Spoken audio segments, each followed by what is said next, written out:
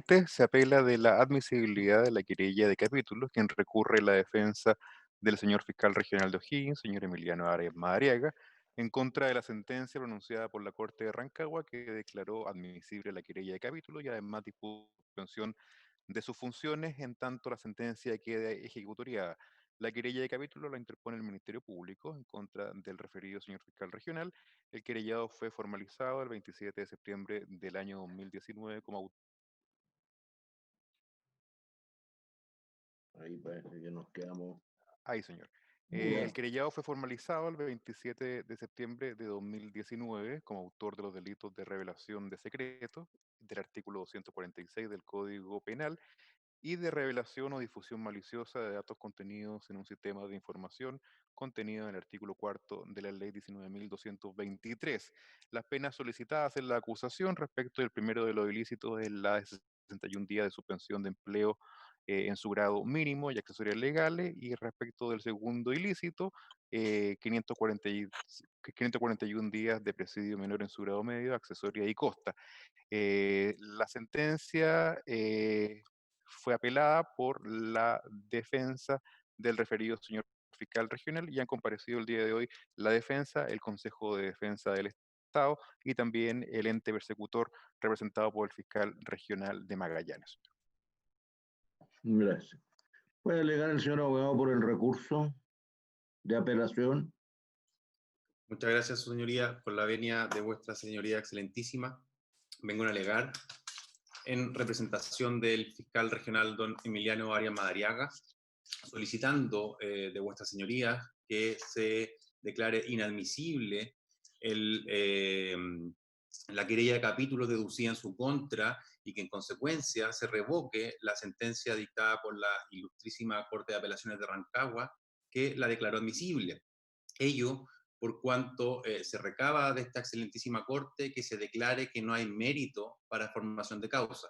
Esa es una fórmula, su señoría, que vamos a analizar en detalle en este alegato y que constituye la clave para analizar de forma correcta y tal como lo dispone el ordenamiento jurídico nacional, si es que se puede declarar admisible una querella de capítulos en general y en particular en este caso. Su señoría, si se me perdona la obviedad, esta causa se resume con una sola frase: lo que es secreto no puede ser público, lo que es público no es secreto. Vamos a ver que la información que supuestamente se entregó en forma delictiva en esta causa no consiste más que en información contenida en actas públicas dictadas en audiencias públicas respecto de procesos públicos, porque por lo que es información, ineluctablemente es información pública. El antejuicio de la querella de capítulos en que consiste este proceso debe considerar esa circunstancia, por cuanto el antejuicio en que consiste la querella de capítulos, como lo ha sostenido este excelentísimo tribunal en reiteradas oportunidades, consiste básicamente en un análisis de mérito de la tipicidad. Y sin existir objeto material del delito, no es posible hablar de la configuración de la tipicidad. Y hemos sido convocados a esta audiencia para hablar de aquello. Si los antecedentes que el Ministerio Público ha enarbolado para fundamentar su solicitud de querella de capítulos satisfacen el estándar que de forma permanente y con un corpus argumentativo sólido esta excelentísima Corte Suprema ha construido a lo largo de los años. Sus señorías, para empezar a hablar del estándar, preciso es señalar que en derecho comparado o teóricamente son dos los sistemas de etapa intermedia en un proceso penal o de audiencia de preparación de juicio oral. Un sistema es el de apertura directa, en el que no hay un control negativo mérito de la acusación, sino una mera corroboración de los requisitos formales y depuración probatoria. Ese es el sistema nacional, la regla general.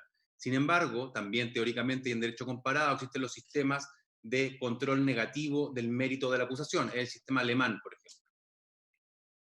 ¿Qué es lo que sucede? Si bien es cierto, la regla general en el sistema chileno es la apertura directa con una audiencia de preparación de juicio oral solo concebida para efectos de depuración de vicios formales y depuración probatoria, existen excepciones en el ordenamiento jurídico nacional. Una de ellas, una de las cuales es la querella de capítulos. En la querella de capítulos se le impone por la legislatura, o se le da la facultad más bien al Poder Judicial, el poder de ver, para efectos de hacer un control de mérito negativo de la acusación, tal como se hace en términos generales en derecho comparado. En razón de ello, la justificación de este control de mérito negativo es la misma, es completamente replicable respecto de aquello que en derecho comparado se ha señalado como justificación razonable para tener una instancia de control del mérito negativo de la acusación, sustantivo. ¿Y qué es lo que se ha señalado al respecto en derecho comparado? Y esto Disculpe, no lo digo señor yo, abogado, señoría. le pido si puede esperar un poco. Don Carlos Kinsmiller se desconectó de la reunión. Así que deme Por un supuesto. segundo, por favor.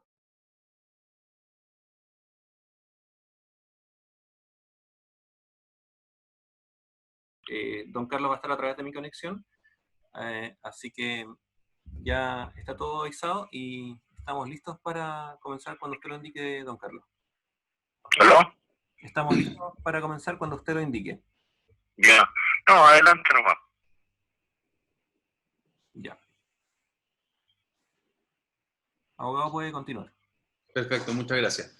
Decíamos entonces que hemos sido convocados en esta oportunidad para evaluar si es que los antecedentes presentados por el Ministerio Público satisfacen el estándar de admisibilidad que orienta el antejuicio en que consiste la querella de capítulo. Estándar que, según la Corte Suprema, en una jurisprudencia que ya se encuentra asentada y fuertemente sostenida mediante sólidos argumentos, consiste en un estándar que se orienta por los criterios de seriedad, gravedad y suficiencia.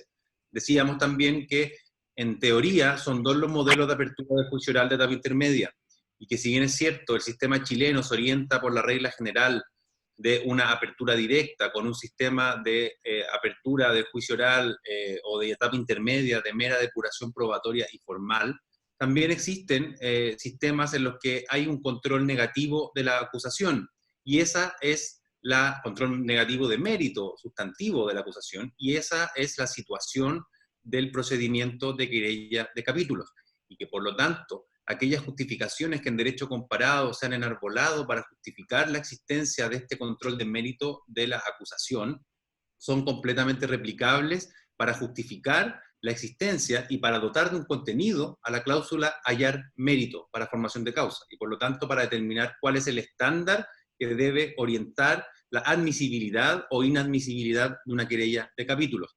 Así, en derecho comparado, según lo enseñan los profesores, la profesora Horvitz y el profesor López, en el tomo 2 del Derecho Procesal Penal de su texto, se señala en las páginas 13 y siguientes que el Estado de Derecho debe evaluar a través de los tribunales la seriedad y el fundamento, el sustento de una acusación para efectos de evitar juicios o aperturas de juicio que estén o que versen sobre acusaciones sin fundamento o sustento. ¿Y esto por qué? Porque se quiere evitar la arbitrariedad y parcialidad de la acusación.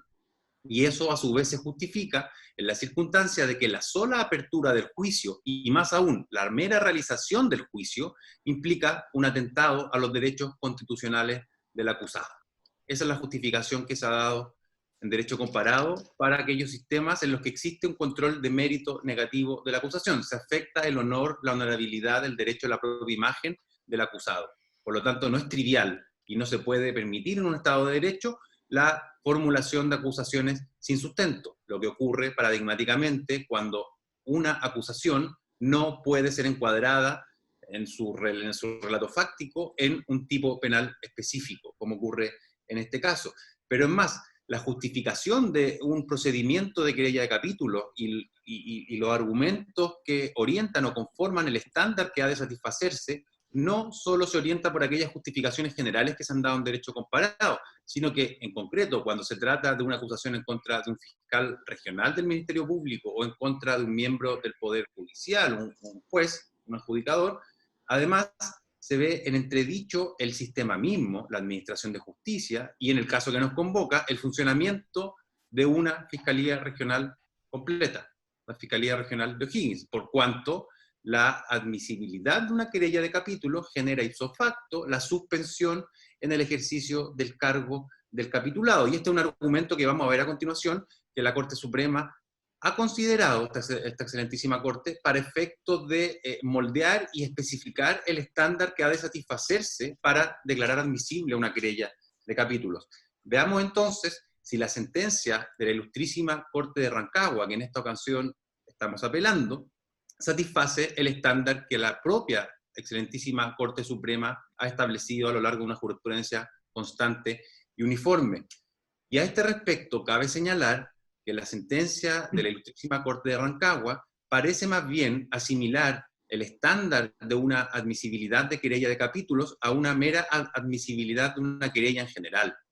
Y ese ejercicio no puede ser aceptado, no resulta correcto, con todo respeto, por cuanto, en primer término, la admisibilidad de una querella general se realiza al momento inicial de un proceso, cuando aún normalmente no existe investigación. En cambio, la querella de capítulo, en este caso, se presenta cuando la investigación ya está cerrada, acabada, cuando todos los antecedentes que puede deducir o que puede enarbolar el Ministerio Público en un juicio oral ya están sobre la mesa, y son justamente aquellos antecedentes que fundamentan la solicitud de la presentación de la querella de capítulos. Si uno quisiera asimilar, su excelentísima señoría, el estándar que ha de satisfacer una querella de capítulos, no resulta de recibo asimilarlo a una admisibilidad de una mera querella, sino más bien a una imposición de una cautelar de cierta entidad, a lo menos, por cuanto la querella de capítulos, su admisibilidad implica ipso facto, como señalé anteriormente, la suspensión del funcionario capitulado, lo que por supuesto, más allá de la afectación a la honorabilidad y a la honra del capitulado, implica una afectación a la institucionalidad de la administración de justicia. Por otro lado, la presentación de una mera querella y la admisibilidad de una mera querella implica solo la adquisición de la posición o calidad de imputado por parte del querellado. En cambio, en una querella de capítulos, implica que se formule una acusación respecto de él y la suspensión del cargo, con todos los efectos que eso genera. Y no me refiero solamente a efectos puramente prácticos, sus señorías excelentísimas. Me refiero también a un desbarajuste en el funcionamiento del sistema institucional. Estamos hablando de un fiscal regional que tiene estatus constitucional y en cuyo nombramiento ha intervenido el Poder Judicial. Por lo tanto, la suspensión de un fiscal regional no puede ser algo trivial. Por lo tanto, el reproche público en el que consiste la acusación y el sometimiento a juicio de un sujeto de los que pueden ser sujetos pasivos de una querella de capítulo no es algo trivial. Y es esa idea la que justamente observa y ha observado de forma constante esta excelentísima Corte Suprema, y que lamentablemente, según el parecer de este litigante, no observó la querella apelada de la ilustre Corte de Rancagua. Y es que la Corte Suprema ha sido consistente en señalar cuál es el contenido de la fórmula hallare mérito, que es la fórmula que da pie o que posibilita a la admisibilidad de una querella de capítulo. Solo si se halla mérito para formación de causa puede declararse admisible una querella de capítulo. Y la Corte Suprema, esta excelentísima Corte, ha señalado que, en primer término, el procedimiento de querella de capítulos consiste en un antejuicio. Eso ya es algo relevante. No es un mero trámite formal para efectos de poder formular acusación. Consiste en un antejuicio. Y ha señalado también que este antejuicio debe guiarse por un estándar de seriedad, gravedad y suficiencia. Ha señalado también que el análisis que ha de realizar el adjudicador consiste principalmente, el corazón del análisis de admisibilidad de una querella de capítulos consiste en el análisis de la tipicidad, algo que la sentencia apelada no realiza. Y que el análisis debe ser pormenorizado y estricto en atención a las consecuencias que la admisibilidad de una querella de capítulos implica. Esto es la suspensión del funcionario capitulado. Revisemos brevemente algunas sentencias que dan fundamento a estos asertos. En primer término, se dictó sentencia el 19 de abril del año 2012 por esta excelentísima Corte Suprema en el rol 1216-2012. En su considerando segundo se señala que los antecedentes que fundan una querella de capítulos, para ser declarada admisible esta misma, deben ser serios, suficientes y graves. En el rol 4116 del año 2020 se señala nuevamente que los antecedentes deben ser serios, graves y suficientes, pero a mayor abundamiento y en una que ya se formuló en el resumen de cuál es la jurisprudencia y el cuerpo argumentativo que orienta a la excelentísima Corte Suprema a este respecto, cabe señalar, con la venia de vuestra señoría, que el considerando segundo de dicha sentencia señala que el análisis de mérito que este tribunal está llamado a efectuar a fin de declarar la admisibilidad de la querella de capítulos se refiere en rigor a la tipicidad. La tipicidad, por lo tanto, según esta excelentísima Corte Suprema, consiste en el corazón de aquello que debe ser dilucidado para efecto de declarar la admisibilidad o inadmisibilidad de una querella de capítulos. Y la sentencia dictada en rol 6000 del año 2007 señala que el análisis debe ser estricto en atención a las consecuencias que atribuye el sistema procesal a la querella de capítulos, como lo es la suspensión del ejercicio de las funciones del funcionario capítulo. Es decir, el mismo hecho de que la admisibilidad de la querella de capítulos implique la suspensión del querellado o del capitulado, implica satisfacer un estándar que no es un estándar meramente formal, como el de la admisibilidad de una simple querella, sino que es un estándar que se orienta por la idea de seriedad, gravedad y suficiencia. Pero no solo eso, su señoría. También existen sentencias de esta excelentísima Corte, variadas sentencias, de la cual hice una selección solo de 3, respecto a procedimientos de desafuero, que contempla la norma del desafuero, como se sabe, contempla la misma fórmula, hallar en mérito para formar causa. Y en el rol 1570 del año 2015 y 7699 del año 2015, nuevamente se refiere a esta triada de conceptos que fundamentan o que justifican la admisibilidad de una querella de capítulos o de una solicitud de desafuero: seriedad, gravedad y suficiencia. Y es muy interesante la sentencia dictada en rol 1524 del año 2018, por cuanto señala que explícitamente que el procedimiento de desafuero consiste en un antejuicio de probabilidad. ¿Probabilidad de qué? Probabilidad de condena. Y que cuando esa probabilidad se aprecia como escasa o nula o débil, no resulta sensato acceder a la solicitud de desafuero. Lo mismo se replica, por supuesto, porque la fórmula es la misma: hallar mérito para formar causa respecto de la querella de capítulo. Ese es el ejercicio que la excelentísima Corte Suprema ha señalado que debe realizarse a este respecto. Un análisis de probabilidad, en el marco de un antejuicio, de probabilidad de que exista razonablemente una posibilidad de condena. Eso es justamente lo que no se aprecia en este caso, sus excelentísimas señorías, como pasaremos a analizar a continuación.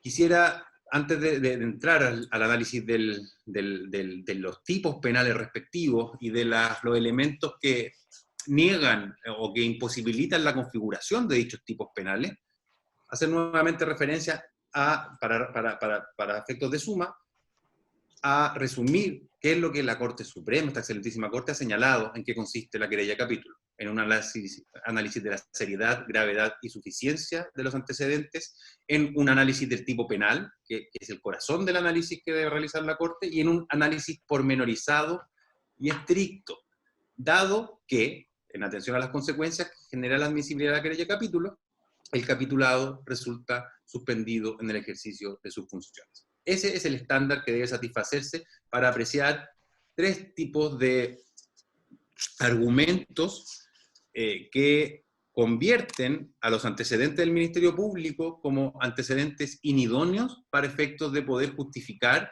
la admisibilidad de una querella de capítulos. En primer término, nos referiremos a la falta de objeto material de los delitos imputados. Esto es, la circunstancia de que la información contenida en el documento entregado por el fiscal regional don Emiliano Arias, no consiste en información secreta. No habiendo secreto, no hay objeto material de ninguno de los delitos imputados. En segundo término, nos referiremos a la falta de tipo subjetivo. El uso y el fin por el cual se entregó esta información y el uso que se hizo de esa información excluye radicalmente el dolo. Esto se entregó, y así se hizo, así se usó por quienes recibieron esta información, para efecto de denunciar un delito que terminó en la formación de una causa y en la detención del propio sobrino del fiscal regional Emiliano Arias Madariaga. No se puede hablar de dolo a ese respecto. Y respecto particularizadamente del delito informático, vamos a sostener que, más allá de que se trate de información que no sea pública, además no puede haber objeto material de este delito, porque la información entregada no es de aquella información que se encuentra protegida por el tipo penal del artículo 4 de la ley 19.223 que establece delito informático, por cuanto no es una información que tenga relación con el bien jurídico protegido en ese tipo penal.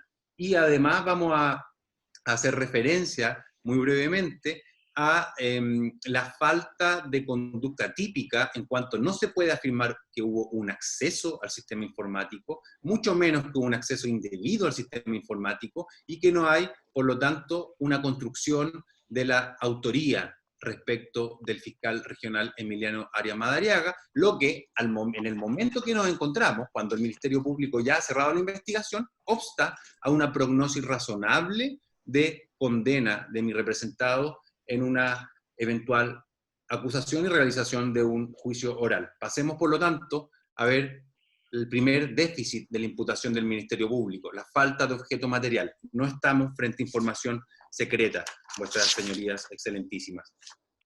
Cabe señalar, en primer término, que los tipos penales imputados por el Ministerio Público, esto es el delito del artículo 246 del Código Penal, revelación de secreto, y el delito del artículo 4 de la ley 19.223 requieren, ambos tipos penales requieren que el objeto material de la conducta se refiera a información secreta. El artículo 246 del Código Penal es explícito a este respecto. Habla de la revelación o quien revelare los secretos, textualmente. Si bien es cierto, el artículo 4 de la ley 19.223 no utiliza el vocablo secreto o alguna conjugación de él en el tipo penal respectivo, resulta evidente, como lo señala el informe de la Biblioteca Congreso Nacional sobre la presente ley, resulta evidente que debe tratarse de la difusión o revelación de información secreta. ¿Cuál es el argumento del informe de la Biblioteca del Congreso Nacional? Es que la noción de revelación implica necesariamente, o se entiende, solo con referencia a la idea de secreto. Esto es tan claro que la doctrina no tiene discusión al respecto, y tan claro que la misma querella de capítulos señala en sus páginas 118 y 119 que de lo expresado se desprende que se sanciona al que, habiendo tenido acceso a datos que se consideran secretos, realiza alguna de las conductas típicas. La misma querella de capítulos, por lo tanto, asume correctamente que el tipo penal del artículo 4 de la ley de delito informático establece también como objeto material necesariamente información secreta. Despejado lo anterior, pasemos a ver si es que la información de la que se trata este caso es información secreta. Para realizar dicho ejercicio puede resultar de utilidad, y como estamos apelando una resolución en concreto, puede resultar de utilidad hacer referencia al considerando 9 de la sentencia apelada, que a modo de resumen señala que el Ministerio Público y el Consejo de Defensa del Estado han señalado que la información contenida en la ficha SAF-SAO, la información del documento sobre el que versa esta causa, se trata de información secreta. ¿Y qué es lo que señala la resolución al respecto? Señala que, si bien es cierto, hay información que no es secreta, como alguna de ellas obtenida del registro civil, no es menos cierto, señala, que hay información, como por ejemplo las órdenes de detención y la existencia de una operación de un funcionario policial como agente encubierto en el marco de la ley 20.000, que es información secreta. Vamos a analizar y retengamos, por favor, estas dos ideas, la idea de una orden de detención secreta y la idea de un agente encubierto como información secreta contenida en la ficha SAF-SAO. Eso es absolutamente impertinente para este caso y vamos a verlo a continuación. Antes de ello, me gustaría referir que la información de la ficha SAF-SAO es información obtenida plenamente de la página web o de los sistemas de almacenamiento de datos del Poder Judicial. ¿Por qué? Porque la ficha SAF-SAO no consiste sino en un historial judicial penal de un sujeto. Estamos hablando, por supuesto, de un conflicto penal. Lo que consta en esa causa, en esa ficha SAF-SAO, son antecedentes de causas penales, el conflicto público por antonomasia. Y en razón de ello es que el Poder Judicial, con un cumplimiento casi supererogatorio y a un nivel que ha recibido reconocimiento internacional incluso, ha contenido en su base de datos y permite el acceso público a toda esta información, a la información de la tramitación de causas penales respecto de todos los sujetos. Uno puede hacer el ejercicio de meterse con el root de una persona y analizar con detalle cada una de las causas, y eso es lo que, entre paréntesis, nos ha permitido estar operando a excelente nivel en épocas de pandemia a distancia. El Poder Judicial ha cumplido a rajatabla el artículo 8º de la Constitución que obliga la publicidad de los actos del Estado, lo que es muy razonable respecto de casos penales, que es un conflicto público por antonomasia, respecto del cual todos los ciudadanos tienen interés en conocer. Y es por eso que en la ficha SAF-SAO no hay información secreta, lo que hay es información general sobre causas y sobre la tramitación de causas. Pero volvamos a aquello que la sentencia releva como elementos paradigmáticamente secretos en una ficha SAF-SAO, una orden de detención y la existencia de un agente encubierto en una causa. Respecto de la orden de detención, su señoría, cabe señalar que la orden de detención que consta en la ficha SAF-SAO consta claramente en un acta de audiencia de 15 de marzo de 2018, que este interviniente obtuvo del Poder Judicial, de la base de datos del Poder Judicial. Y es porque el sujeto imputado, don Patricio Navarro Ibacache, no comparece, se señala que es procedente la orden de detención siempre indefinida por ambas policías. Sentencia de 15, o resolución de 15 de marzo, Juzgado de Garantía de Puerto Montt, RIT 7197-2016. Eso está en la página del Poder Judicial. Ese supuesto elemento que la sentencia apelada en su artículo 9 releva y destaca como elemento paradigmáticamente secreto, se encuentra en un acta del Poder Judicial. Excelentísimas señorías. Y respecto a la alusión a la existencia de agentes encubiertos en la tramitación de una causa por la ley 20.000, ley de drogas, es absolutamente impertinente, y lo repito con mucho respeto, es absolutamente impertinente hacer referencia a aquello, y tal vez la mención de esa circunstancia por la Corte de Apelaciones de Rancagua obedece a que el Ministerio Público ha destacado insistentemente esa circunstancia, la existencia de un agente encubierto, es impertinente en este caso, porque en este caso estamos analizando solamente la entrega de la información de una sola ficha SAF-SAO, de don Patricio Navarro Ibacache. No estamos hablando de las fichas SAF-SAO en general de la ley 20.000. Y en esa ficha SAF-SAO no hay información alguna sobre la operación de un agente encubierto. Entonces, ¿qué sentido tiene hablar de que la constancia de un agente encubierto en una ficha SAF-SAO podría constituir violación de secreto? Si es que en la ficha SAF que nos convoca y que convoca la investigación penal, no hay referencia alguna a un agente encubierto. Completamente impertinente la alusión. La conclusión, por lo tanto, es que toda la información contenida en esta ficha SAF-SAO es información que se puede obtener de la página web del Poder Judicial. Y este interviniente acompañó en los numerales 22 a 37 a esta Corte Suprema todas las sentencias, todas las actas de audiencias públicas en la que consta en la información que nutre a la ficha SAF-SAO. Eso también fue acompañado a la ilustrísima Corte de Rancagua, pero en una omisión, la Corte de Rancagua estimó que este interviniente había sostenido que la información que constaba en la ficha SAF-SAO era información que estaba en la página web del Ministerio Público, lo que no se condice con las alegaciones efectivamente efectuadas por el interviniente y con la farragosa información respecto de cada una de las actas de audiencias que nutren a la ficha SAF-SAO, documentos 22 a 37. Señoría, a este respecto también cabe señalar que no es solo una argumentación genérica la que fundamenta la falta de secreto de la información contenida en la ficha que nos convoca, sino que además esto ha sido refrendado por esta excelentísima Corte Suprema. Y voy a hacer referencia solo a dos resoluciones. Resolución del 13 de febrero del año 2020, en el marco de la cual este excelentísimo tribunal conoció en pleno la solicitud de remoción del fiscal regional Emiliano Arias Madariaga por varios hechos, pero dentro de esos hechos el más destacado probablemente sea justamente el que nos convoca hoy, la entrega de la ficha SAF-SAO. ¿Y qué es lo que se señaló en esa sentencia de remoción, conocida y dictada por este excelentísimo tribunal reunido en pleno? Se señala que dicho instrumento de apoyo a la gestión, el mismo que nos convoca hoy, no reviste el carácter de reservado, restándole mérito a la imputación. Este es uno de los argumentos por los que se rechazó la solicitud de remoción. La misma Corte Suprema, hace solo 5 meses, reunida en pleno, habiendo observado materialmente la ficha en la que consiste este caso, señaló que el instrumento de apoyo a la gestión del que trata este caso no reviste el carácter de reservado, restándole mérito a la imputación.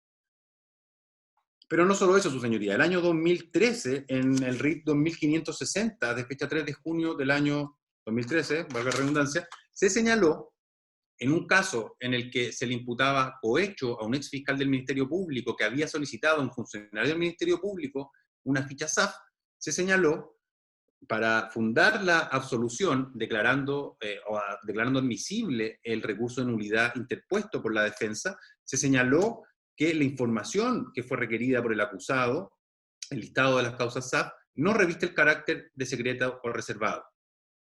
Claramente constituye información genérica, señala este excelentísimo tribunal, a la cual puede acceder cualquier persona a través del Poder Judicial. Es el mismo ejercicio que yo he señalado respecto, por ejemplo, de la orden de detención.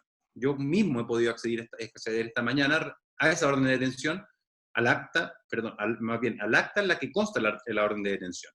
Y en una argumentación que dota de aún mayor fuerza a este razonamiento, la segunda sala de esta excelentísima Corte Suprema señaló en esa misma causa que, por lo demás, el actuar de los órganos del Estado se orienta a este respecto por el artículo 8º de la Constitución Política de la República, que establece la publicidad de los actos y resoluciones de los órganos del Estado, el topos de la publicidad.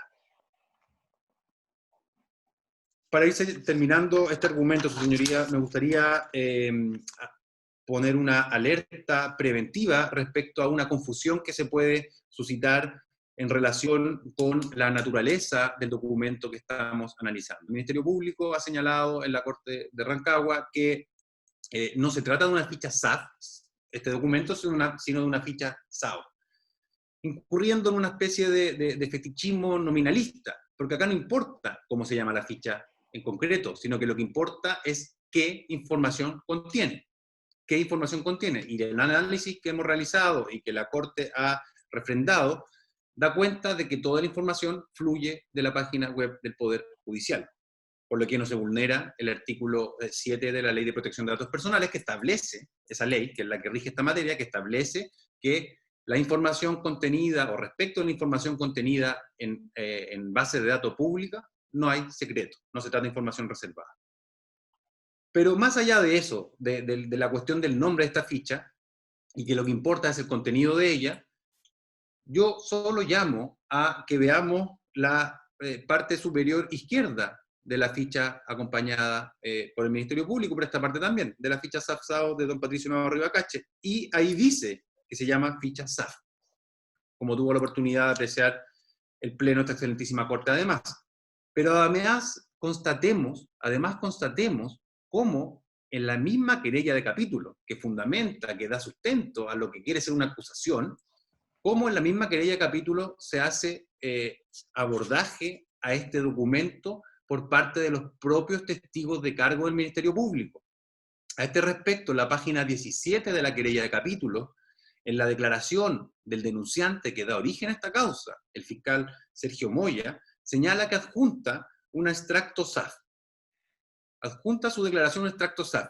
O más conocido, esto textual, señorías, o más conocido en nuestra institución, el SAO de Patricio Navarro Ibacache. Es decir, el mismo denunciante señala que acompaña un SAF que se conoce como SAO. Son una y la misma cosa, por lo tanto. No quiero abundar en mayor detalle, pero también un funcionario de la PDI, testigo de cargo, habla en la página 61 de la querella de capítulos que el documento corresponde a una ficha SAF de Patricio Navarro Ibacache, e incluso un informático de la Fiscalía Nacional, en la página 78 de la querella de capítulos, señala, explicando cómo se relaciona la noción de SAF con la noción de SAO. En resumen, en el SAF se ingresa la información y en el SAO se consulta la información. Es por eso que el Ministerio Público, aunque diga que esto es una ficha SAO, no puede negar que la ficha respectiva, en la parte superior izquierda, en cada una de sus páginas, dice ficha SAF. Pero, como le señalaba con anterioridad, más allá de eso, lo que importa es ver el contenido concreto de la información y la información relevante, la información que podría constituir violación de secreto, no puede ser tal, no puede ser objeto material de la conducta, por cuanto es información que proviene de bases de datos públicos contenidas en la página web del Poder Judicial. Pero ha repetido tanto. Por lo tanto, su señoría, no resulta de recibo sostener que Emiliano Arias Madariaga, el fiscal regional de la Sexta Región, ha violado secreto, por cuanto se trata de información pública. De aceptarse aquello, habría que aceptar la absurda e injusta conclusión de que es el propio Poder Judicial el que viola secretos. ¿Por qué digo que sería absurda e injusta esta conclusión? Porque el Poder Judicial ha sido distinguido nacional e internacionalmente por el grado de satisfacción de la publicidad de sus actos en Internet. El 2 de enero del año 2020, muy recientemente, figuró una noticia en el diario El Mercurio en el que se sitúa al Poder Judicial chileno en el primer lugar de América en el índice de cumplimiento de acceso a información a través de Internet, con un índice de 76,21%, primer lugar de América. Y dentro de los factores que se consideraban para poder configurar o otorgarle ese índice al Poder Judicial chileno, se consideraba, por supuesto, como un elemento relevante, el acceso a través de Internet a causas públicas, penales. Pero no solo eso, dentro del mismo, ya no solamente comparando el Poder Judicial chileno con poderes judiciales de otros países, sino que dentro de la institucionalidad chilena, el Poder Judicial lidera, según una nota de prensa del 11 de noviembre de 2019, lidera el acceso a la información dentro de los restantes organismos públicos. Se sitúa en el primer lugar. Y a este respecto, el presidente de la Corte Suprema, a propósito de la distinción por haber liderado ese ranking, el Poder Judicial, señala que esto revela, el señor Milton Juica, esto revela el esfuerzo que estamos haciendo permanente y sistemáticamente por entregar toda la información que requieran tanto los medios de comunicación como las personas. El Poder Judicial, y esto me gustaría destacarlo, tiene una política de puertas abiertas en materia de información. Y es ello lo que justifica el resultado destacado en rankings y en formación de índices nacionales como internacionales. Ni el señor fiscal regional Emiliano Arias ni el Poder Judicial violan secretos al contener o al situar en base de datos público el Poder Judicial información que después nutre, información de causas penales, que después nutre a la ficha SAF-SAO, que en concreto entregó mi representado. Se trata, por lo tanto, de información pública, y esto es obvio porque estamos frente a un conflicto que es público por antonomasia, y el artículo 7 de la Ley de Protección de Datos Personales establece, en concordancia con aquello, que solo la información que no consta en base de datos pública puede ser reservada. A contrario censo, la información que consta en base de datos públicas, como es la información del Poder Judicial, no puede ser secreta. Y esto, su señoría, además hace en cumplimiento, por supuesto, del artículo 44 del Código Procesal Penal, que establece la publicidad de las actas y registros para terceros. Es por eso que el Poder Judicial ha sido irreprochable, y por eso ha sido no solamente irreprochable, sino que ha sido destacado por la calidad y la cantidad de información pública que hace constar en sus registros, y que después nutre las fichas SAF-SAO. Eso en relación, su señoría, con el objeto material, tanto del artículo 4 de la Ley de Delito Informático imputado por el Ministerio Público como del delito del artículo 246. No hay objeto material por cuanto la información entregada no se trataba de información secreta. Vamos ahora a ver la configuración del tipo subjetivo. Y acá, su señoría, nuevamente me gustaría valerme de la excelente sentencia del Pleno de este excelentísimo tribunal que rechazó la remoción del fiscal regional Emiliano Arias Madariaga. Y es que en su considerando 26, el Pleno de esta excelentísima Corte apreció muy bien el problema del que se trataba.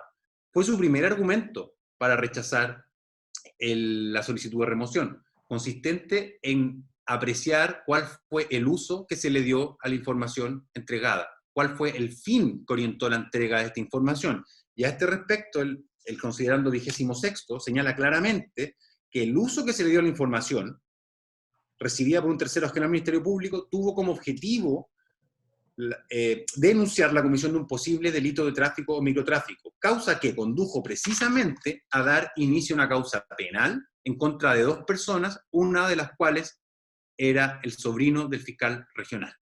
No se vislumbra en ello, señala esta excelentísima Corte reunida en pleno, no se vislumbra en ello uso para fines personales de la información obtenida.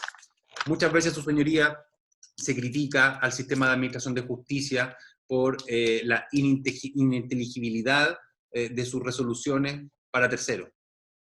Esta sentencia, su señoría, hace gala de aquello que debe hacer siempre gala la administración de justicia, sentido común.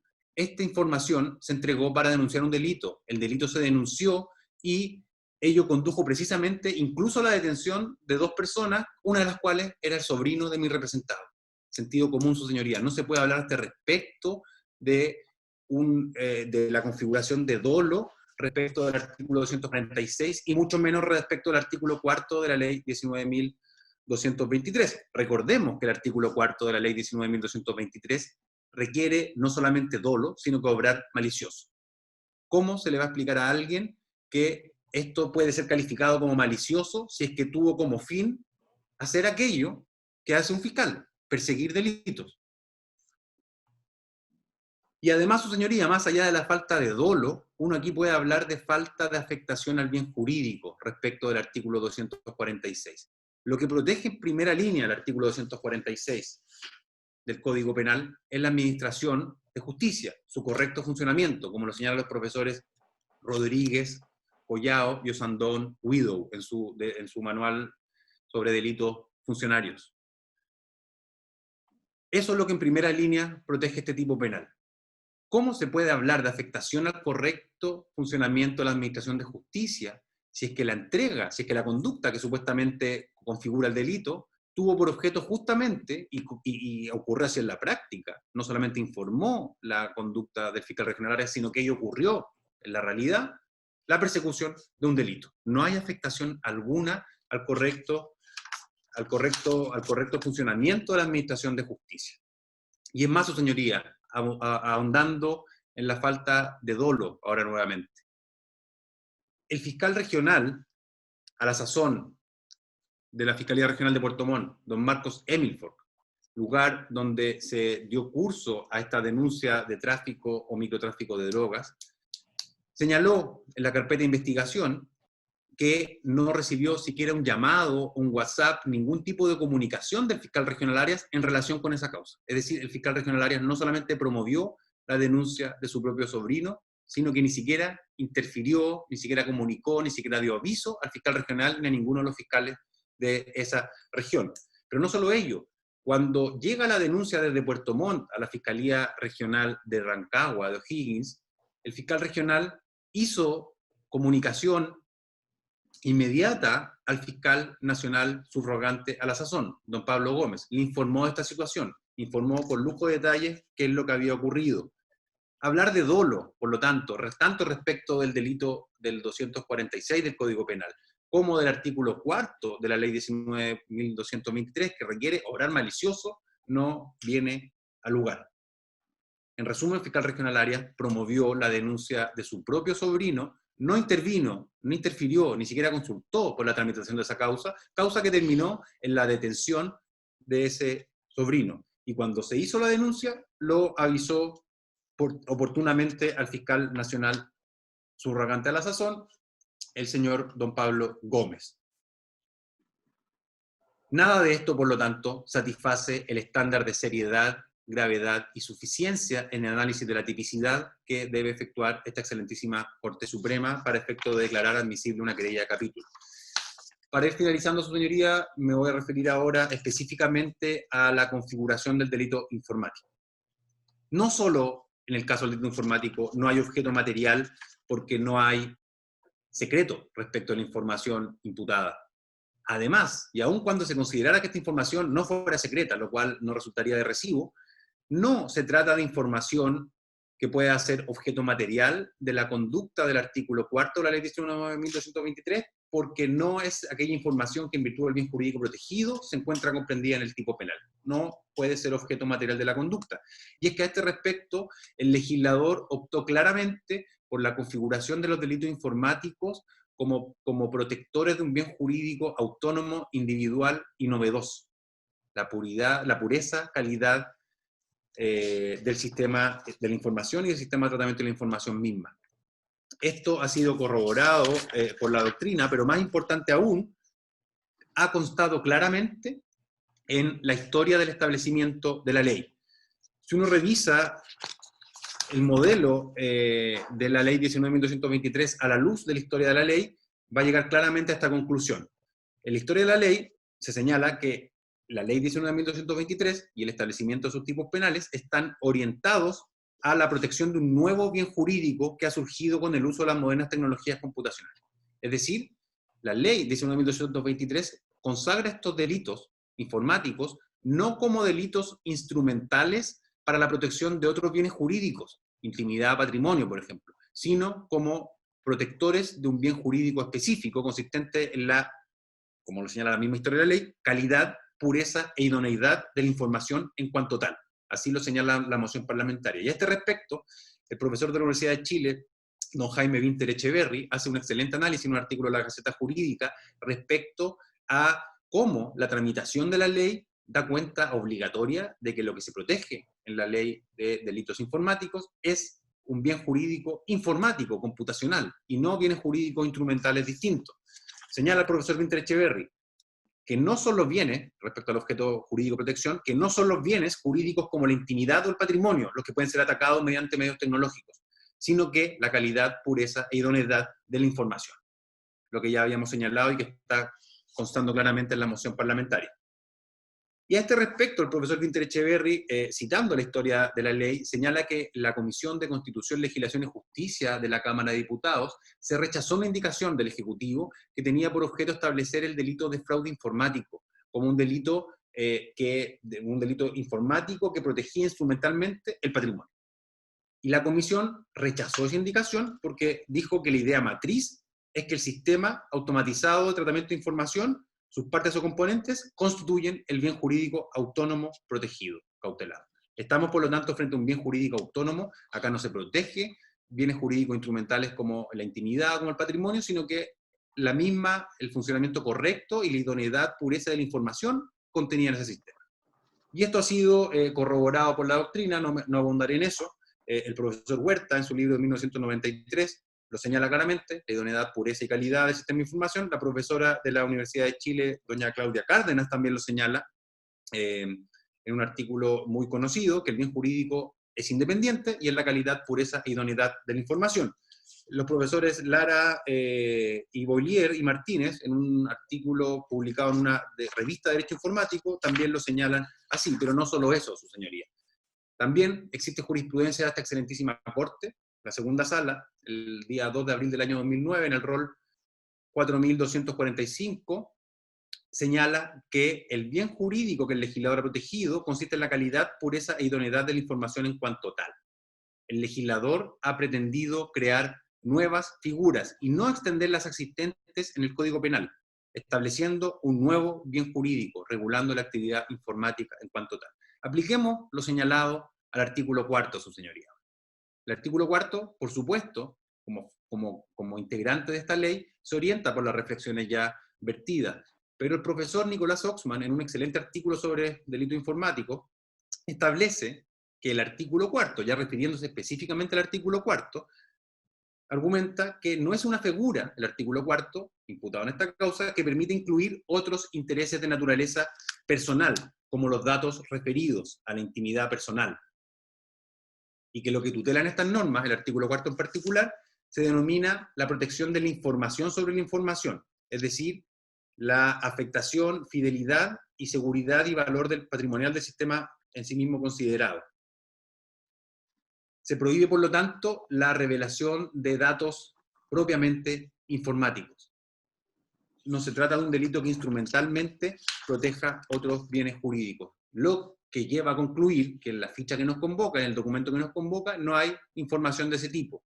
Por lo tanto, este es un argumento adicional al primero señalado para señalar que no hay objeto material de la conducta imputada.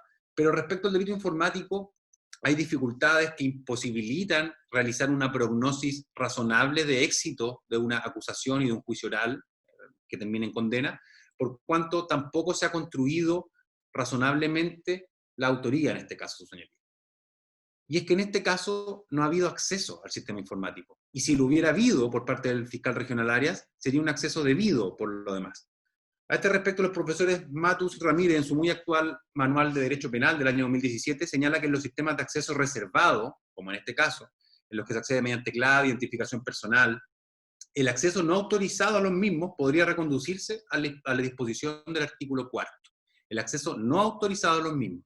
A contrario sensu, el acceso autorizado no sería típico a la luz del artículo 4, y los profesores señalan que podría llegar a serlo a la luz del artículo 36b de la Ley General de Telecomunicaciones, que no viene en consideración a este respecto, porque hace referencia a paquetes de datos, lo cual no tiene ninguna relación con este caso, y tiene otros presupuestos típicos que ni siquiera han sido imputados en este caso.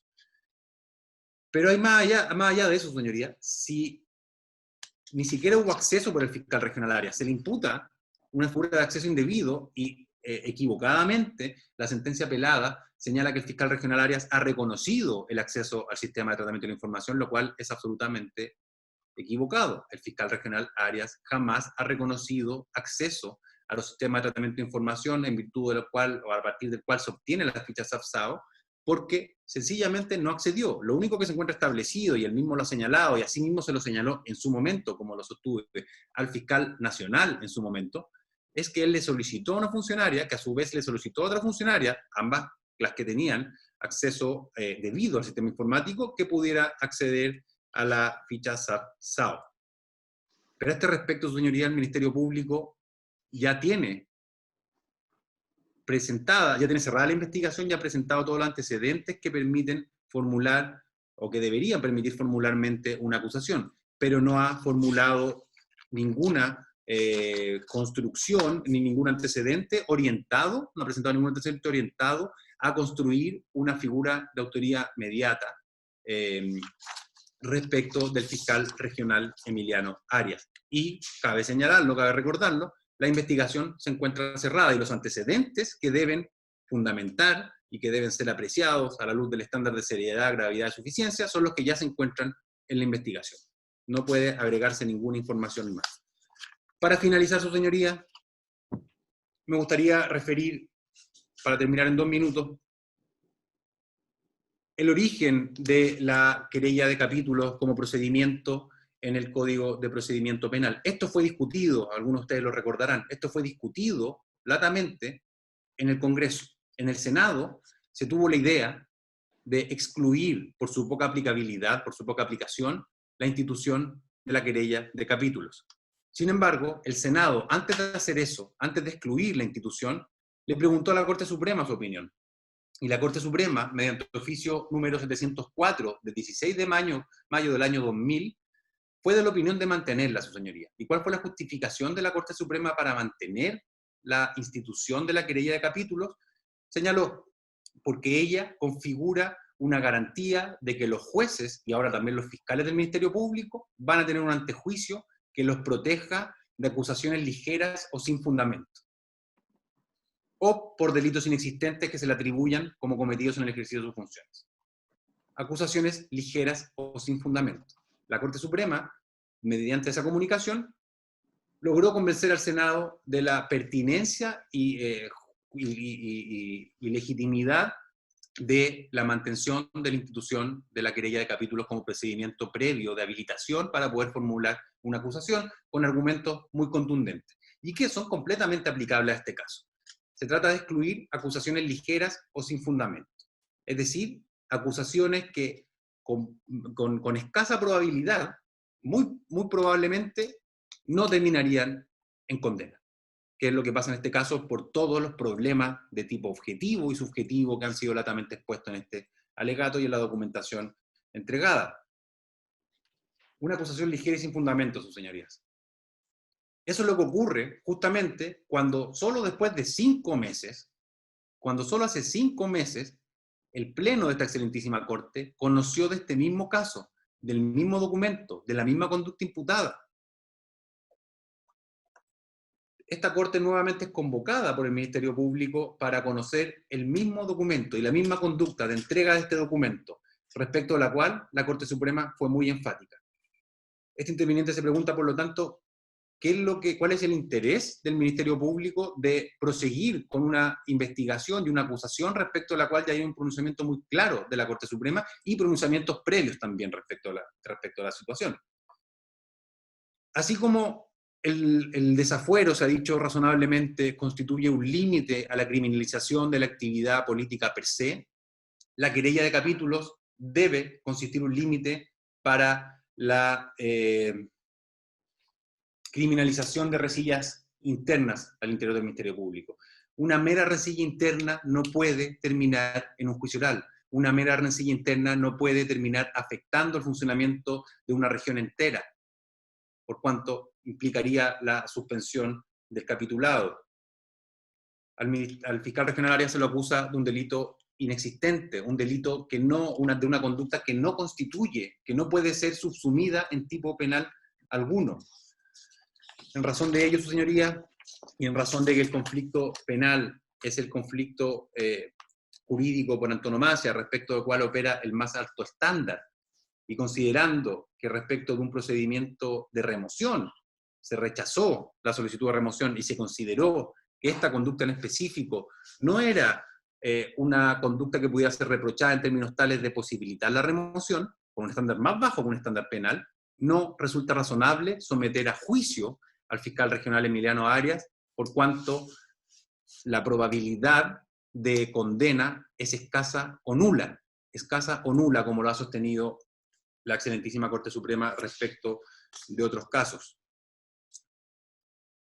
En razón de ello, señoría, solicitamos respetuosamente que se tenga por revocada, que se revoque la sentencia de la ilustrísima Corte de Rancagua, declarándose inadmisible la querella de capítulo formulada en contra de mi representado. Muchas gracias. Gracias, señor abogado. Puede alegar la señora abogada del Consejo de Defensa del Estado. Su señoría, ¿podría alegar primero el Ministerio Público, dado que es quien presentó la querella de capítulos primero? Bueno, era una deferencia. Muchas gracias. Señora abogada. Puede alegar el señor abogado, señor Campos.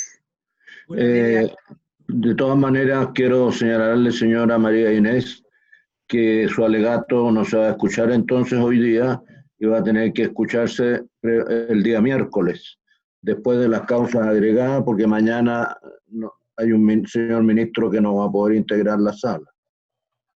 ¿Está claro? Puede alegar, señor Campos. Por la avenida su señoría excelentísima, alega en representación del Ministerio Público, el fiscal regional de Magallanes y la Antártica chilena, Eugenio Campos Lucero, a objeto de que se niegue lugar en todas sus partes al recurso de apelación deducido por la defensa del capitulado y que queda firme respecto a aquellos ambos capítulos autorizados, su señoría excelentísima, por la ilustrísima Corte de Apelaciones de Rancagua en su fallo del día 3 de junio del año 2020. Su señoría excelentísima, acá el lenguaje de la verdad debe ser, sin duda alguna, simple y sin artificios.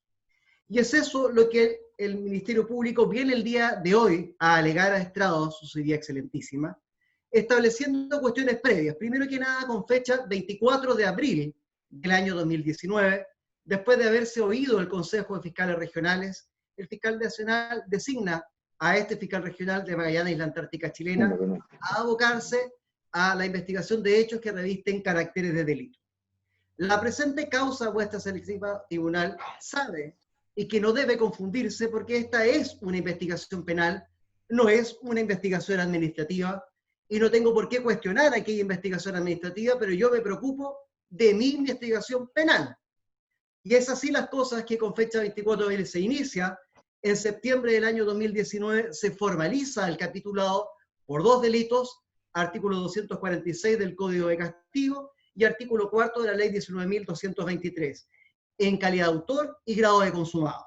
Con fecha 11 de marzo del año 2020 se declaró cerrada la investigación y se estimó suficiente proceder a deducir la acusación del Ministerio Público.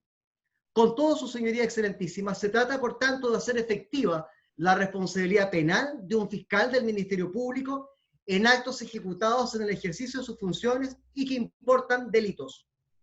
Como se trata, entonces, de una investigación penal y no de una investigación administrativa, por lo que cualquier alegación temeraria, como pretende la defensa el día de hoy, esgrimir, abandonando incluso, su señoría excelentísima, los límites de su recurso de apelación, porque nada se establece en el texto de su apelación y por tanto debe marcarse el artículo 360 del Código Procesal Penal, es una alegación temeraria. Valga para ello el artículo 11 de la Ley 19.640 de la Ley Orgánica del Ministerio Público, que establece que el personal del Ministerio Público estará sujeto a la responsabilidad administrativa sin perjuicio de la civil y penal que puede afectarles. Eso quiere decir que rige el principio de la independencia o el cúmulo de responsabilidades. Luego lo recoge el artículo 45 de nuestra Ley Orgánica Constitucional, quien establece claramente que los fiscales del Ministerio Público tendrán responsabilidad civil, disciplinaria y penal por los actos realizados en el ejercicio de sus funciones de conformidad a la ley. Y lo que he venido a hacer el día de hoy, su señoría excelentísima, a este máximo tribunal, tan solo es a dar cumplimiento al artículo 46, parte final del citado cuerpo legal, que reza: tratándose de delitos cometidos por un fiscal en el ejercicio de sus funciones, el fiscal a cargo de la investigación deducirá, si procediere, la respectiva querella de capítulos conforme a las disposiciones que la Ley Procesal Penal establece. Por de pronto, vuestra señoría excelentísima, ustedes saben perfectamente que el artículo 537 del Código Orgánico de Tribunales a nosotros no nos es aplicable, no se tapiza. Por tanto, eso solo se aplica a los jueces. Luego de ello, su señoría excelentísima, traer a colación temerariamente, como lo hace la defensa ahora, abandonando incluso su teoría del caso, estableciendo que aquí esto ya fue sancionado y visto en una disposición en sede administrativa, sería desconocer el artículo 20 del Código Penal, que como sabemos, las sanciones disciplinarias no se reputan penas y como sabemos, las penas a los delitos. Por último, su señoría excelentísima, la verdad es que a la primera pregunta que hace la defensa en su alegación, ¿cuál es nuestro interés? Nuestro interés, su señoría excelentísima, no se trata de intereses, se trata de cumplir lo ordenado por la Constitución Política de la República de Chile y que el Ministerio Público debe abocarse a hechos que revisten caracteres de delito y seguir las normas que el Código Procesal Penal establece, y es lo que he venido a hacer también el día de hoy al máximo tribunal del país. Es decir, una obligación legal. Por último, pretender, como lo pretende, valga la cacofonía, la defensa, pasa a llevar la autonomía del Ministerio Público y se llegaría al absurdo de que por medio de la vía administrativa se impida la persecución penal que surge de los mismos hechos, olvidándose lo que establece la Constitución, olvidándose lo que establece la Ley 19.640. Por tanto, sabemos que son facultades exclusivas del Ministerio Público la persecución penal y se haría de esta forma ilusorias las investigaciones de hechos que revisten caracteres de delito. Por último, también sucedería esa alegación temeraria, vulnera gravemente un proceso penal debidamente tramitado, la bilateralidad de la audiencia, el debido proceso, la publicidad y lo peor de todo, el principio de la igualdad ante la ley. Con todo, su señoría excelentísima, acá venimos a defender la resolución ordenada y dispuesta por la Ilustrísima Corte de Apelaciones de Rancagua, que se acogió por unanimidad y que dio lugar precisamente a los 2 capítulos de la querella respecto del señor fiscal regional Emiliano Arias Madariaga, en conformidad al cúmulo de antecedentes de una investigación penal y no administrativa, que es totalmente distinta, con nuevos y nunca antecedentes que lamentablemente el máximo tribunal nunca tuvo en vista, su señoría excelentísima, pero que sí se contemplan en estos 11 meses de investigación penal, porque eso es lo que nos debe centrar, lo penal. Todos los antecedentes recabados en estos 11 meses de investigación, con nuevos y mejores, llevó, por cierto, su señoría excelentísima, a que la Corte de Apelaciones de Rancagua declarara admisibles y que existe mérito para ambos dos capítulos de la acusación, como ya referí. Resolución de la Ilustrísima Corte de Apelaciones de Rancagua de fecha 3 de junio del año 2020. Primero que nada, su señoría excelentísima, el argumento que pretende la defensa del día de hoy es que precisamente entremos a jugar cuestiones que son propias del tribunal de fondo. El dolo, su señoría excelentísima, como usted sabe, no viene caminando, ni lo vamos a ver ni siquiera en una plataforma virtual. Se deduce de la prueba que debe rendirse en un juicio. Quien obtuvo, su señoría, la existencia del dolo, que la verdad que se ocupó para hacer una denuncia, que la verdad que los antecedentes aparecen en la página del Poder Judicial. Eso está absolutamente cuestionado, su señoría excelentísima, con toda la prueba de cargo que se ha reunido en estos 11 meses de la investigación. A no dudar, a no confundirse, su señoría excelentísima. Esto no es un proceso penal. Yo no investigo sumarios administrativos, investigo conductas que revisten caracteres de delito. Esto con fuerza lo digo, su señoría excelentísima, porque llevó precisamente en los considerandos séptimo, octavo y noveno de la resolución de la Ilustrísima Corte de Apelaciones a acogerlos en todas sus partes y tapizar y tamizar también lo que vuestra señoría excelentísima ha dicho en sus referentes fallos que ha traído a colación la defensa y que estamos absolutamente de acuerdo de la seriedad, certeza y conclusiones de nuestra investigación. Además, su señoría excelentísima, los considerandos 10 y siguientes analizan en detalle cada una de las alocuciones formuladas por los intervinientes y, por cierto, del capitulado. Por último, su señoría excelentísima, lo que nos trae a colación la defensa el día de hoy, falta de objeto material, falta de tipo subjetivo, el delito informático, falta de conducta típica, son cuestiones propias, su señoría excelentísima, del tribunal de fondo. ¿Cómo voy a traer ahora, en más de 45 minutos, 54 declaraciones, 36 documentos, 22 otros medios de prueba, diversos peritajes, órdenes de investigar de la Policía de Investigaciones de Chile, donde se concluye con la actividad de los hechos por los cuales se deduce la acusación y la gravedad y la participación del capitulado en ambos ilícitos? Eso es propio, su señoría excelentísima, de un juicio oral. Capítulos de la acusación, su señoría excelentísima. Los capítulos de la acusación se encuentran desarrollados in extenso en los escritos que tienen a vuestra disposición y los 11 meses de investigación que están en los antecedentes digitales que fueron acompañados y que se encuentran en estos autos. Se cumple, por tanto, lo dispuesto en el artículo 425, inciso segundo del Código Procesal Penal. Solamente a modo de ejemplo resumiré, su señoría excelentísima, lo siguiente. El día 17 de abril del año 2018, el capitulado instruyó a su secretaria personal de la Fiscalía Regional de O'Higgins, doña Carolina Contreras, procediera a ingresar a la base de datos informático interna del Ministerio Público, denominada en adelante Sistema de Apoyo a la Operación, o SAO. Sabemos que es una base de datos no pública, con el propósito de ¿qué? De obtener 2 fichas de este sistema, de 2 personas naturales mayores de edad. ¿De quiénes? Patricio Navarro Ibacache, y de su sobrino mayor de edad, Andrés Heidel Arias. También procedió a instruir lo mismo a su abogada asistente de la Fiscalía Regional de O'Higgins, doña Macarena Bustos, a extraer del mismo sistema de información esas 2 fichas SAO, para luego de ello instruirles a sus subalternas a que les remitiera esa información secreta y confidencial a su correo electrónico privado de extensión Hotmail. Los días 17 y 18 de abril del año 2018, el capitulado procedió a ¿qué? A revelar y difundir dicha información sensible, reservada y secreta de aquella base de datos interna del Ministerio Público respecto de datos sensibles y secretos de 2 personas naturales. Esa información, su señoría excelentísima, revelada y remitida por parte del capitulado, lo fue a sus familiares, a su cuñado y a su hermana, vía la plataforma WhatsApp, su señoría excelentísima, como dará cuenta los antecedentes que se señalan. ¿Qué contiene su señoría excelentísima a ambas fichas SAOS obtenidas desde la base interna del Ministerio Público? Su señoría excelentísima, contienen información sensible y secreta, precisamente su señoría excelentísima, de diversas disposiciones.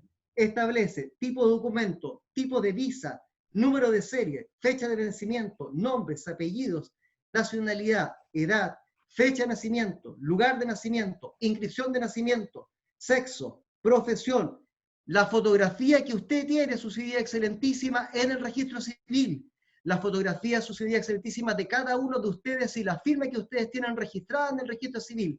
¿Se imaginan, su señoría excelentísima, sus firmas, sus fotos, que cualquiera de nosotros pudiese acceder a ellas de libre acceso público?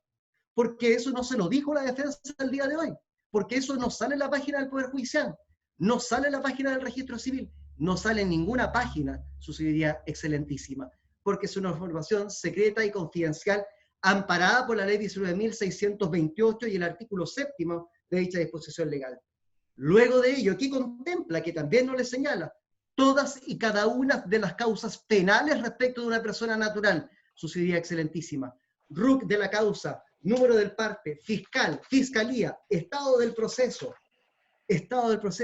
Carabineros establece las medidas cautelares personales, si tengo orden de detención judicial pendiente, si tengo un arraigo, por ejemplo, provisional, de, por ejemplo, una ley de lavado de activos, establece, su señoría excelentísima, las fechas, los estados de esa orden de detenciones judiciales, las condenas, establece, su señoría, no olvidar, artículo 2º en relación al artículo 6 del decreto ley 645 del registro de condenas, como ya verá más adelante en la locución.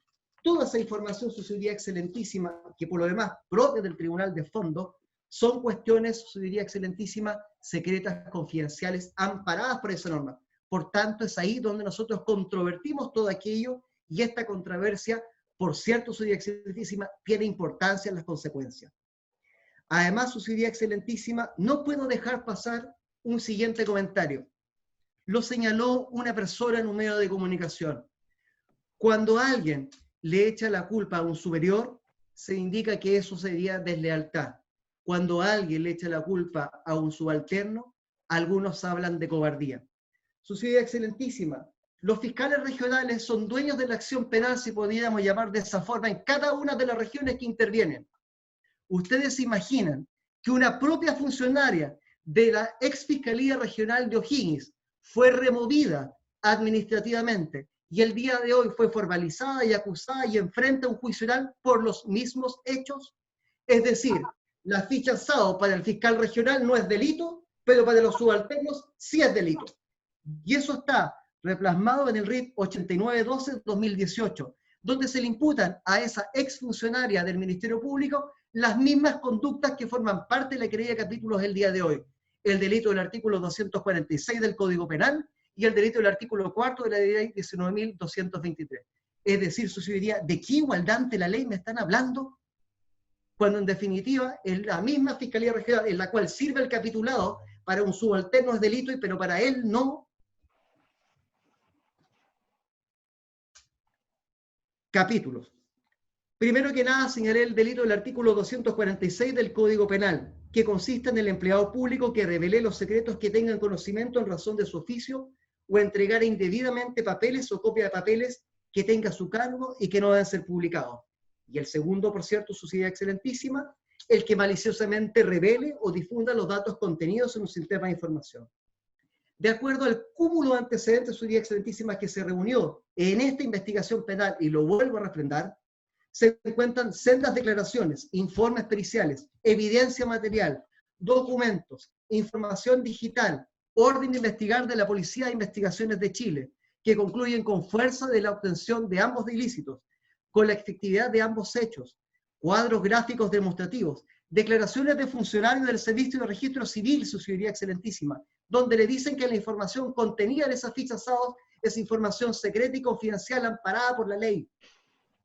Datos precisamente de documentos públicos, los que se refrendan claramente y que resumí en las páginas 12 a 115 de la querella de capítulos que se encuentra en vuestro poder, su señoría excelentísima. En detalle, declaraciones, entre otros, del fiscal Sergio Moya Donque, de la fiscal Marcia Allende, Lorena Saldaña, las declaraciones de las propias funcionarias Macarena Bunzo, de los pantallazos de conversación vía WhatsApp, su idea excelentísima, entre ambas funcionarias subalternas de las fiscalías, de las declaraciones del fiscal Núñez, del fiscal Yáñez, del capitán de Carabineros Morales, de los sargentos de Carabineros Burgos, de otros.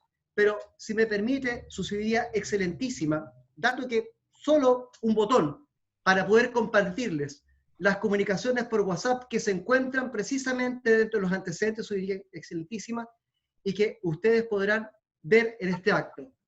Entre otros antecedentes, su excelentísima, eso es lo que contienen. ¿Y qué estamos viendo? Fue detenido con el amigo, y ahí está el otro. Hola, ¿cómo estás?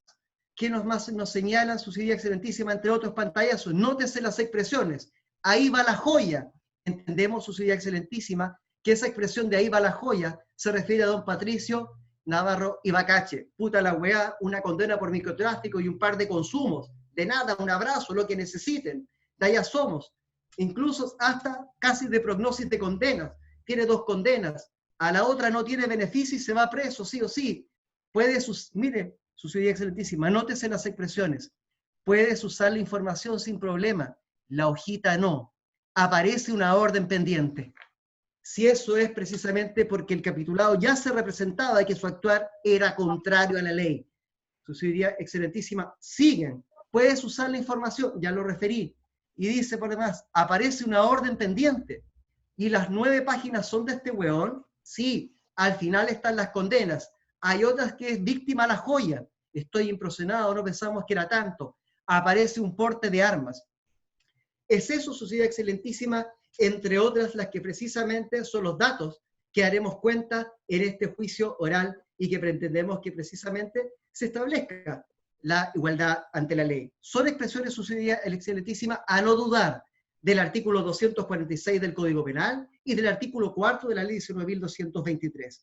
Además, sucedería, excelentísima, se analizaron diversos soportes de discos duros de correos y computaciones institucionales, de teléfonos celulares autorizados judicialmente por el Juzgado de Garantía de Rancagua. Tenemos la carpeta que se derivó de Puerto Montt.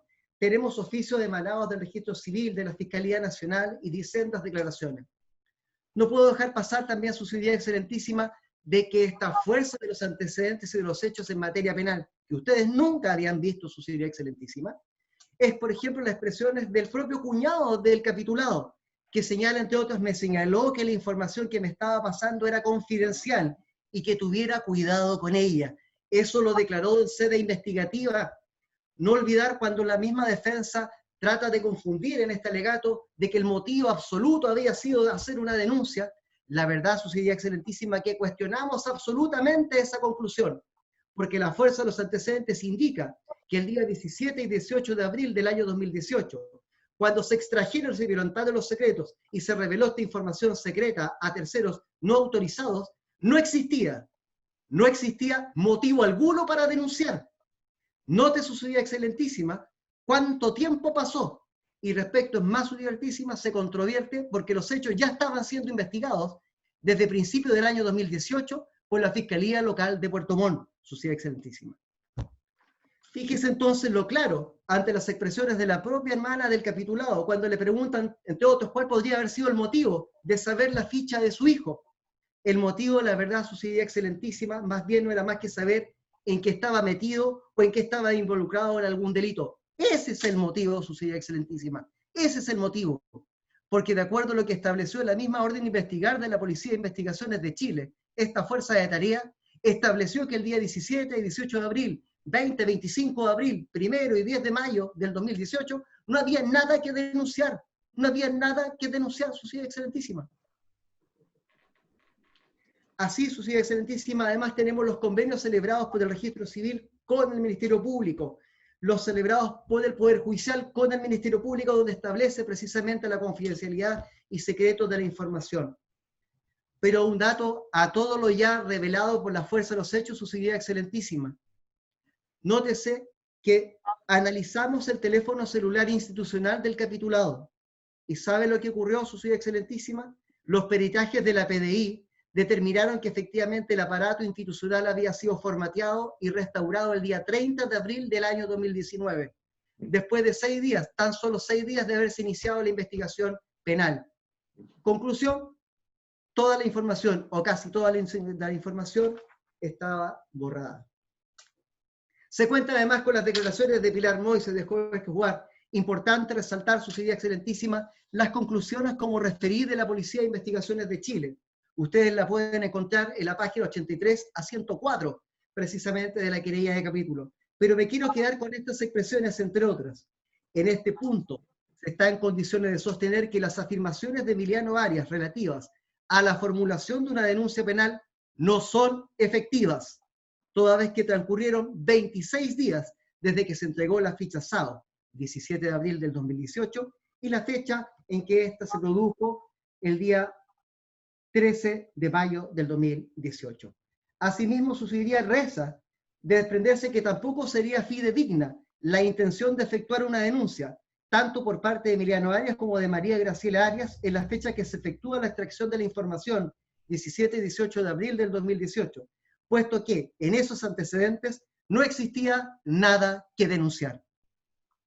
Los antecedentes que reciben Heinhelder y lo que motivan a efectuar un se producen con fecha 13 de mayo del 2018.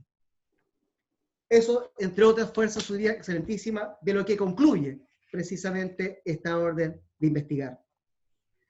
El mismo colega defensor, nuestro legítimo contradictor del día de hoy, señalaba que esos no son antecedentes que había reconocido y trata de confundir entre esta famosa anteficha SAO y ficha SAO, faltando quizás, su idea excelentísima, hasta el respeto a este máximo tribunal hablar de fechitismo respecto de las expresiones de una ficha, a no dudar de ello, su idea excelentísima, que es una ficha extraída del sistema de apoyo a la operación y por eso se denomina SAO. Si no lo sabe mi legítimo contradictor, perfectamente lo sabe su defendido con más de 10 años en el Ministerio Público. Además, su idea excelentísima, él conoce absolutamente el contenido de la misma. La existencia fáctica de los hechos formalizados no está en discusión, su idea excelentísima. O se nos ha dicho que eso no ha ocurrido. Reconoce precisamente las instrucciones dadas a subalterna, de la extracción de las fichas SAO, de lo que contiene cada una de ellas. Reconoce su contenido, además que ambas contienen y que reveló y difundió a su cuñado y hermana. Pareciera ser que la defensa de nuestro legítimo contradictor dice es que la verdad es que no está aprobada la autoría. No olvidar que el artículo 15 de nuestro Código Penal establece, se consideran autores y establece 3 numerales, su sería excelentísima, y que por todo más lo sabe concretamente. Por tanto, todos los antecedentes desarrollados in extenso, su sería excelentísima, en esta querella de capítulos, queda absolutamente claro y manifiesto que existen antecedentes claros, directos, ciertos y serios, que hay mérito para ambos capítulos de la acusación, su sería excelentísima. Respecto al artículo 246, en definitiva, revelación de secretos, el capítulo que lo hizo en el ejercicio ministerial de sus funciones procedió a revelar secretos que tenían razón de su cargo, de su oficio como fiscal regional, respecto de quién, de 2 personas naturales, cuya información reservada y secreta se encontraba en una base interna del Ministerio Público, que no cualquier funcionario del Ministerio Público, tampoco su señora excelentísima, puede tener acceso, revelando y comunicándolo posteriormente a quienes, a otros terceros no autorizados para conocer. ¿Y para conocer qué? Aquella información secreta y reservada del Ministerio Público. No hay discusión de la calidad de empleado público en los términos del artículo 260 del Código de Castigo, su sería excelentísima.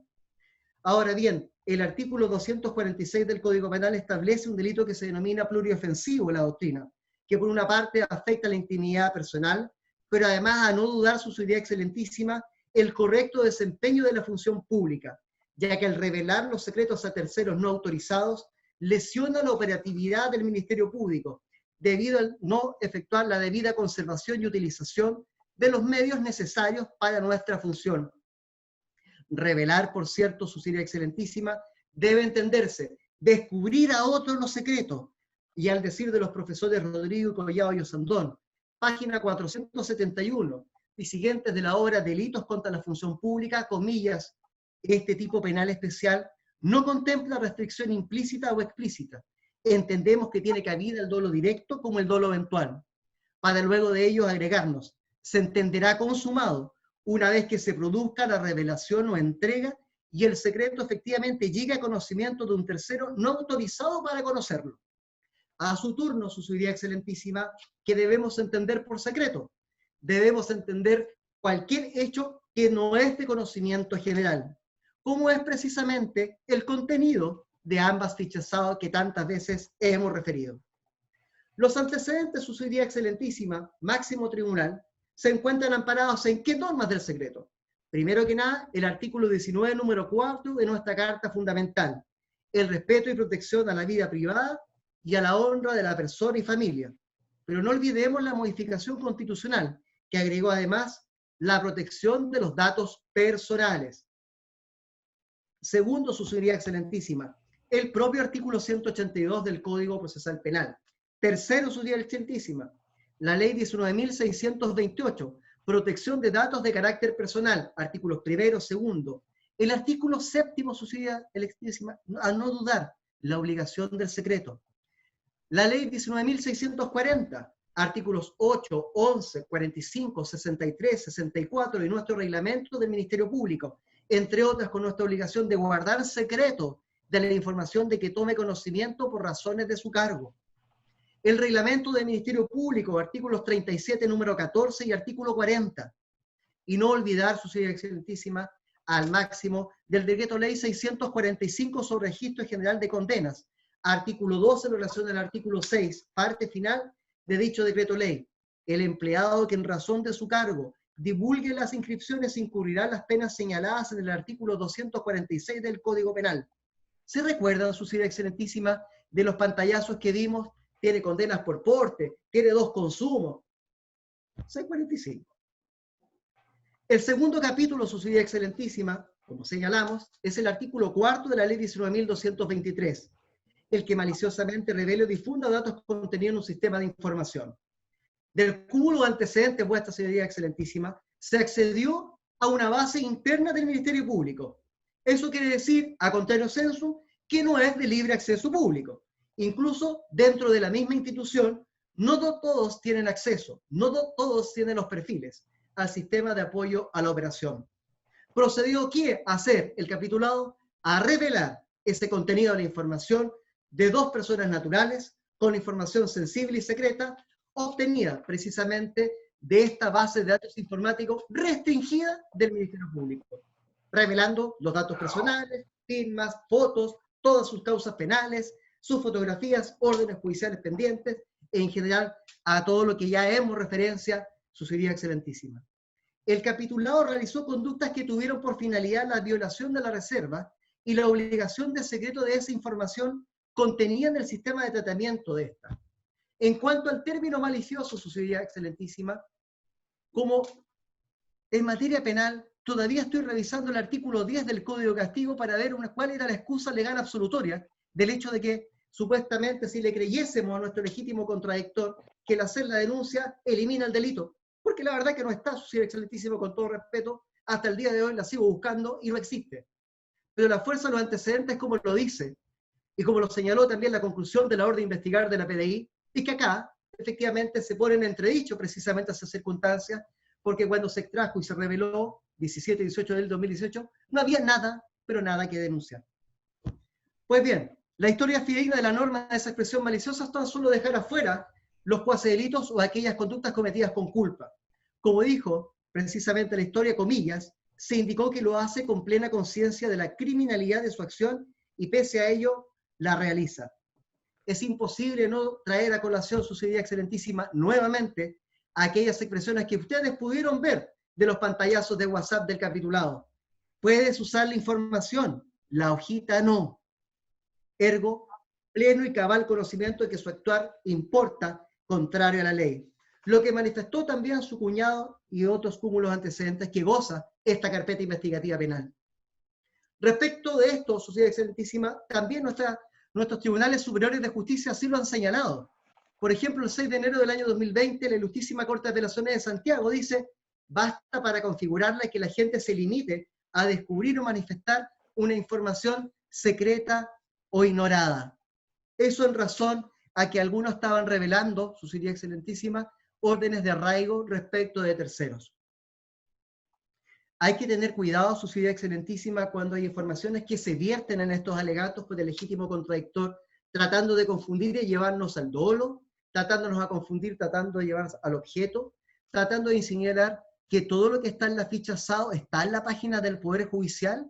Porque la verdad que también el día de hoy ni siquiera he podido ver mi foto, ni tampoco he podido ver mi firma registrada en la página del Poder Judicial, Su Ciudad Excelentísima. Y yo les aseguro que si hacen todo ese ejercicio, tampoco la van a encontrar y no la van a encontrar nunca, porque es información secreta bajo la ley 19.628, entre otras. Pero también la defensa olvida de que otra tanta información, Su Ciudad Excelentísima, no la contempló precisamente en esa información. Podemos indicar con certeza absoluta, Su Ciudad Excelentísima, que hay causas que están en carácter de reservado, y lo que también resulta ser sumamente preocupante, porque esa información señala la calidad de que cada uno de nosotros tenga en un proceso penal, no tan solo como imputado, no tan solo como condenado, sino como testigo, como querellante, como defensor y como víctima.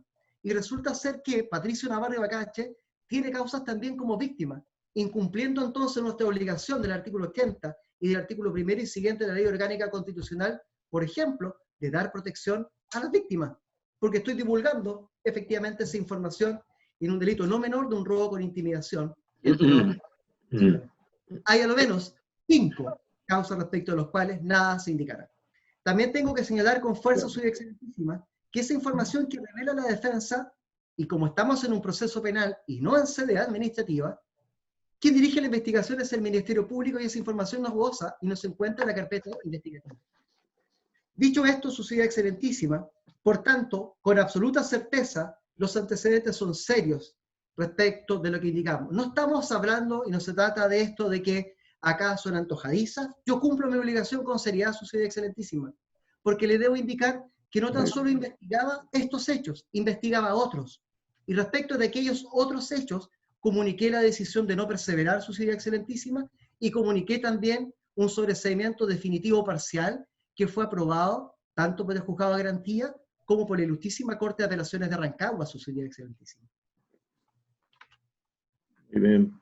Estándar de la querella de capítulo, y con esto culmino, Su Excelentísima. Ya. Sabemos que cumple un rol de fuero, pero tiene un rol de fuero de carácter limitado, ya que fiscales del Ministerio Público. Lo claro que acá, Su Excelentísima, es que no estamos frente a un juicio oral, por lo que no es propiamente aplicable hablar de culpables ni de inocentes. Al decir de vuestro tribunal, de este máximo tribunal, que no implica hacer un discernimiento del fondo, sino que lisa y llanamente considerar si los antecedentes proporcionados resultan o no verosímiles, y si ellos constituyen o no la figura que se reclama. Entonces, Su Excelentísima, hay 2 cuestiones absolutamente claras. La primera de ellas, Su Excelentísima, es que acá no se está juzgando a nadie. Solo se está discutiendo si da lugar o no a los 2 capítulos de la querella de capítulos. Pero segundo, hay una cuestión absolutamente clara, Su Excelentísima. Es que si este máximo tribunal revoca lo resuelto por la Ilustrísima Corte de Apelaciones de Rancagua, ello implica necesariamente, Su Excelentísima, que el capitulado saldrá sobreseído definitivamente de estos hechos. Y eso en conformidad al artículo 429 del Código Procesal Penal. Entonces, Su Ilustrísima, ¿qué nos está diciendo la defensa? ¿Nos está diciendo que estos hechos investigados no existen? Como si aplicáramos un 250 letra A del Código Procesal Penal. ¿O nos está diciendo la defensa, Su Excelentísima, lo siguiente? De que estos hechos aparece claramente establecida la inocencia del capitulado. Claramente establecida la inocencia del capitulado, 250 letra B. Ese es, Su Excelentísima, el estándar que se debe examinar, no el de cautelar como pretende precisamente la defensa. Acá, Su Excelentísima, el estándar y la verdadera pregunta que se debe formular este máximo tribunal es la siguiente. Si a cualquier funcionario público, respecto del cual se presentaren todos esos antecedentes, claros, directos y serios, que se han hecho presentes en estos 11 meses de investigación, conforme a una investigación lata, que han pasado el análisis del Juzgado de Garantía de Rancagua, que han pasado el análisis de la Ilustrísima Corte de Apelaciones de Rancagua, no menor, Su Excelentísima, hay una orden de no innovar vigente en la presente causa. Con todo esto, ¿se le podría sobreseer definitivamente antes que tuviera lugar la discusión en un juicio oral?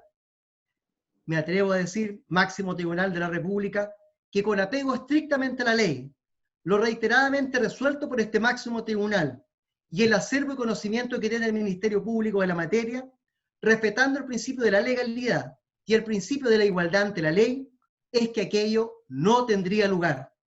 Por todo ello, su señoría excelentísima, solicito que se rechace en todas sus partes la apelación del capitulado y que quede firme lo resuelto por la Ilustrísima Corte de Apelaciones de Rancagua. Muchísimas Muchas gracias, señores abogados. Continúa la audiencia el día miércoles, después de la vista de las causas agregadas. Miércoles, después de la vista de las causas agregadas. Terminada por ahora la vista. Luego, señoría. Muchas gracias. Luego, gracias. Luego.